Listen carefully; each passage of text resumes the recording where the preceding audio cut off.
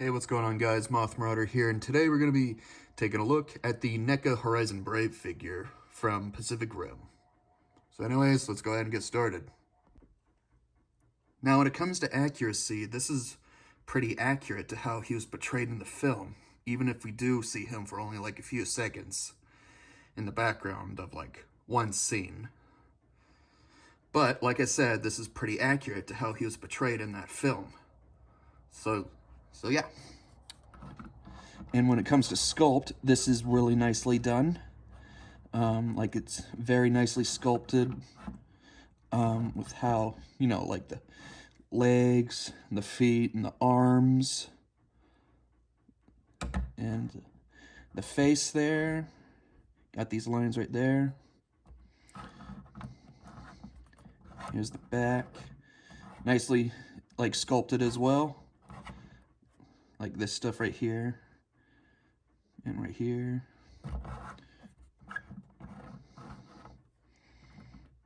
There's the top there. Very smooth, actually, but it looks neat, though.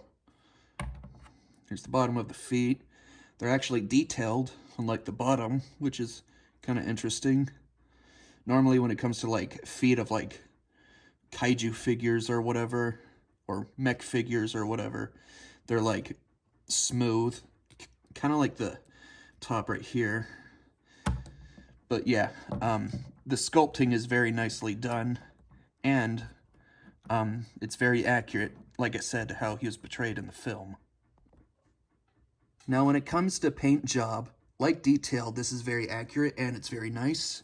He has this tannish color, like he should have, like throughout the body. His missiles here is this unique shade of metallic yellow. His single eye is green. Aside from the tan color, he also has some black in some areas, like on the chest area right here, these 4 parts here, and right here as well. And the back, like I showed earlier. Bottom of his feet are black too, well, except for these parts here. You also have some numbers on here. Like you have a couple of 3s right here, and you have a 3 right there. And you also have this clover-looking symbol or logo or whatever right here. I almost forgot, he came with some accessories, which are his cryo missiles here. Yeah, and they're actually can be used as like projectiles. Here's what they look like. So yeah, nothing much to them. They're just, basic Jaeger missiles used to defeat the kaiju. These are the buttons right here that you press, in which they fire. So yeah, it's all like run on this sort of spring mechanism for the figure, if that makes any sense.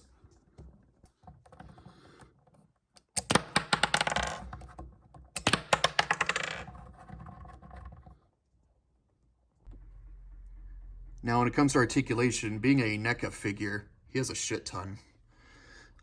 For starters, he has articulation in the arms. They can go 360, and they can move in and out like that, or up and down like this. Same thing with this arm as well. Moves up and down like that. It could move 360, but it's so fucking stiff with this arm. But like it's really stiff right here when you try to move it 360. But it has no problem moving up and down, which is fucking stupid or weird in my opinion.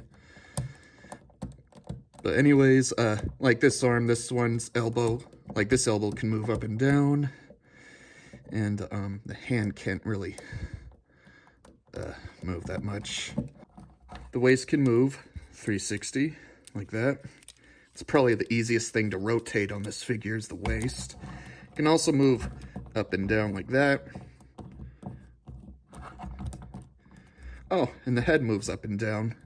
But due to his chest, his cryo missiles, and this thing, it can only move up and down like that.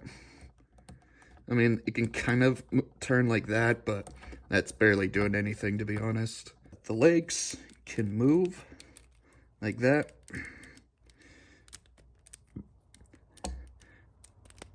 They would go 360, but his arms get in the way. But they can move for the most part. He can bend at the knees like that.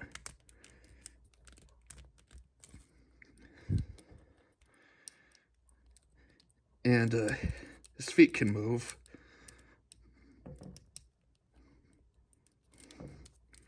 Like that.